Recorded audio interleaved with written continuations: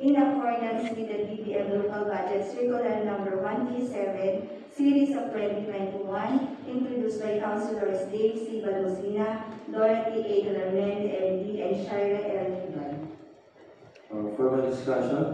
Tourism is considered as an engine and socio-economic growth. Agricultural affirmation generates investments. Foreign exchange and employment, it is considered national pride of every nation. The creation of the tourism department was changed by various approved ordinances of our city. However, in recent standing pattern of the QCTV, there are some existing criteria positions stated therein that needs realignment and rectification in accordance with the position titles of Department of Budget Management, Budget Circular Number 137S-2021. Currently, there are 156 criteria personnel of the present of the QCTV, and 35 of these are newly created positions. May we acknowledge Attorney Del Prado and Mr. Von Degrada from HR Environment. Good morning, Your Honors. We already submitted our inputs to the draft ordinance. However, we earlier, just today, we submitted a revised one. The only difference being that we identify the specific position numbers to be amended. So those are the only details added to this particular Your Honor. Noted. There will be no other discussion, either in the period of discussion. And I move for the approval of PO22CC-408.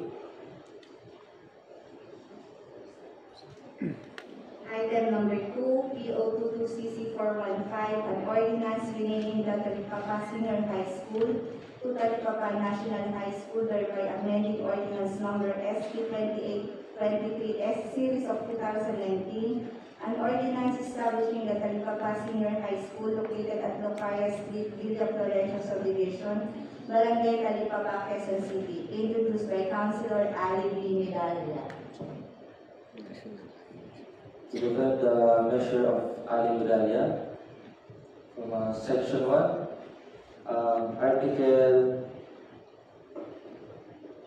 14 of the 1987 Philippine Constitution provides that the state shall protect and promote the right of all citizens to quality education, that all levels shall take appropriate steps to make such education accessible to all.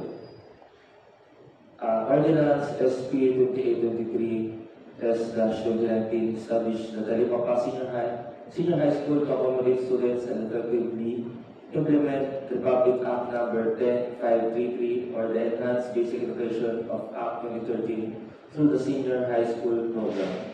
Republic Act Number 1622 was enacted in 2021, otherwise known as an act establishing a national high school in Barangay Talipapa, Quezon City, Metro Manila, to be known as Talipapa National High School and appropriating funds.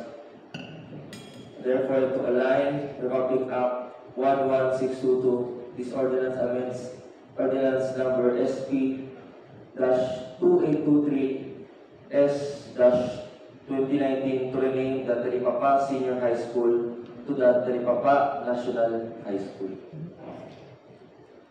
May we consider Ma'am Laleng Enggalan, the principal of the Talipapa. Good morning, Your Honor. I'm the current OIC Principal of Talipapa National High School. So, the ordinance establishing the Talipapa National High School located at Lucaria Street, Villa Florencia Subdivision, Barangay Talipapa, Quezon City, which just have been signed by the President through RA 11622, establishing Talipapa National High School. So this is just to align with the Republic Act. So it is necessary to amend the ordinance on the renaming of Talipapa Senior High School to Talipapa National High School. There will be no other discussions. PO 22CC-415 is moved in this law. Thank you. Next item. Item number 3, PO 22CC-420, an ordinance declaring QC Photo Festival as one of the official festivals of Quezon City to coincide with the National Arts Month celebration every month of February and for other purposes. Introduced by Councilors Tatay Rani Zilo Dubica, Emmanuel Banjo A. Pilar, Dave C. Lucina, and Ram D. Midalia.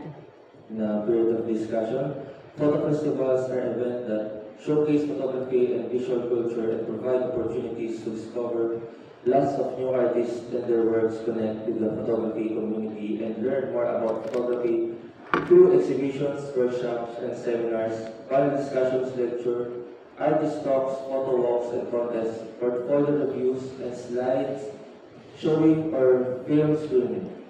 The holding of Photo Festival as one of the highlights of the Quezon City National Art Month celebration will not only give opportunity to few citizens who are either photography professionals, amateurs, hobbyists, or enthusiasts to grow their artistic talents, but promote and further enhance the city aesthetic landmarks, events and place, beauties, people, and tourism potential. The month of February was declared National Arts Month through Presidential Decree number 683 issued by former President Corazon C. Aquino to celebrate artistic excellence and pay tribute to the uniqueness and diversity of the Filipino heritage and culture. So maybe recognize our QC Photographers Guild, Mr. Romeo Mariano, Ed Culanan, Engineer Roel, and Cesar Cordova. Morning, sir. Any comments at the manifestation? Good morning, Mr. Chair. I'm Romeo Mariano, President of the Quezon City Photographers Guild. I've been working here in Quezon City government for 32 years as a photographer.